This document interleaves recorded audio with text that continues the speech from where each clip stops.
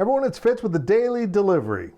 And I've been critical of K-State basketball this season, and they deserved it, to be honest. They played miserably for big chunks of the season. Sure, there's reasons for that. I get it. I understand. And I've also complimented Bruce Weber's team on its defensive improvement as the season has continued. And boy, did that improvement really show up in Kansas City in the opening game of the first day of the Big 12 tournament. Kansas State was back in action against TCU. Weren't we here a year ago when they shut everything down? Kind of a deja vu moment, and Kansas State once again beat the Frogs. This was something different, though. Kansas State kind of held off the Frogs last year, and K-State has won 3 of 4 heading into this tournament, but they've just kind of gotten by.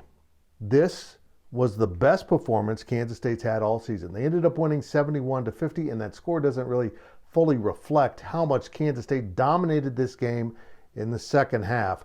Kudos to Kansas State, because not only did it play tremendous defense, probably its best defense of the year, the Wildcats shot the ball pretty well. Yeah, I didn't make that up. They actually shot the ball fairly well. I mean, by K-State standards, this season it was outstanding, 48% from three, and Nijel Pack, the freshman point guard, was simply fabulous for the Cats. He ended up with 23 points, 5 assists, 6 rebounds. He was 6 of 8 from the field, including 5 of 6 from three-point range. And he canned a couple three-pointers right before half to take a close game and open it up a little bit.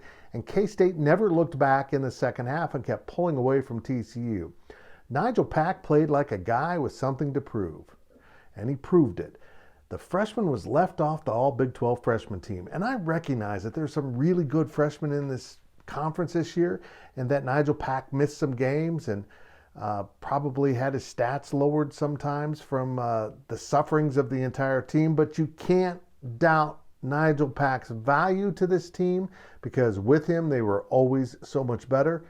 But also he showed that he's a primetime player and belonged on that all-freshman team. He's going to be a force to be reckoned with.